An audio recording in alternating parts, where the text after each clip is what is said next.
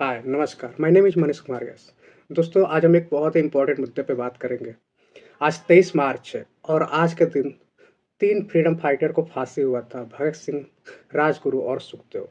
तो इनके बारे में हल्का-सा हम जानेंगे, थोड़ा स्टोरी को समझेंगे और आपको धीरे-धीरे हर एक चीज़ मैं बताने वाला हूँ आपको। तो इसकी शुरुआत होती है 1928 में। साइमन कमीशन इंडिया आया हुआ था और वो इंडिया क्यों आया था? 1919 में जो एक्ट आया था, तो उसमें कुछ वादे किए थे और उसको आगे और मॉडिफाई करना था, इसलिए साइमन कमीशन आया था। पर वो वादे पूरे नहीं हुए थे और जो साइमन कमीशन जब भारत आया तो उसमें जो मेंबर्स थे, उसमें एक भी इंडियन नहीं था। तो इस वजह से पूरे भारत के लोग उसका विरोध कर रहे थे और विरोध करते समय लाला लाजपत राय जी के ऊपर लाठीचार्ज होता है और उनकी डेथ हो जाती है। जो लाठीचार्ज होता है उसमें जो वहाँ पे पुलिस था, ओपी स्क्वाड था और उसके ऑर्डर देने पे इनके ऊपर लाठीचार्ज होता है और इनकी डेथ हो जाती है। फिर भगत सिंह और उनका जो ग्रुप थी, एचआरए ग्रुप था, ये लोग डिसाइड करते हैं कि हम रिवेंज लेंगे और इन्होंने सैंडर्स की हत्या कर दी। सैंडर्स की हत्या करने के बाद इनके ऊपर लाहौर कॉन्स्पिरेसी केस लगता है और उसी के लिए इनको फांसी की सजा भी होती है।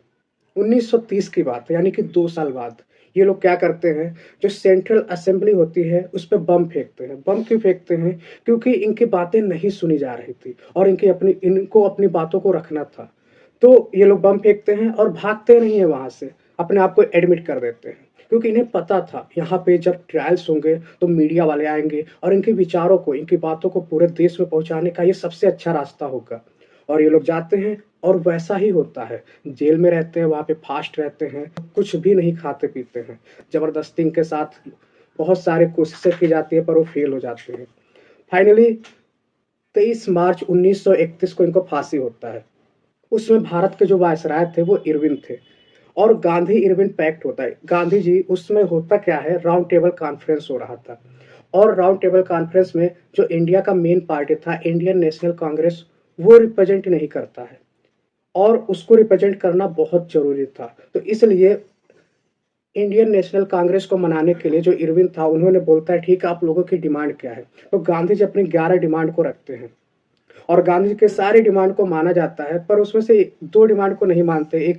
एक था जो सारे प्रिजनर थे उनको रिलीज़ करना था, वो नहीं मानते हैं और फांसी हो जाती है। तो ये देखा है तो कोशिश सबने किया, सब ये मैंने एक छोटा-सा ब्रीफ स्टोरी आपको बताया। आपको कैसा लगा? आप कमेंट बॉक्स में ज़रूर बताएँ। Okay, thank you.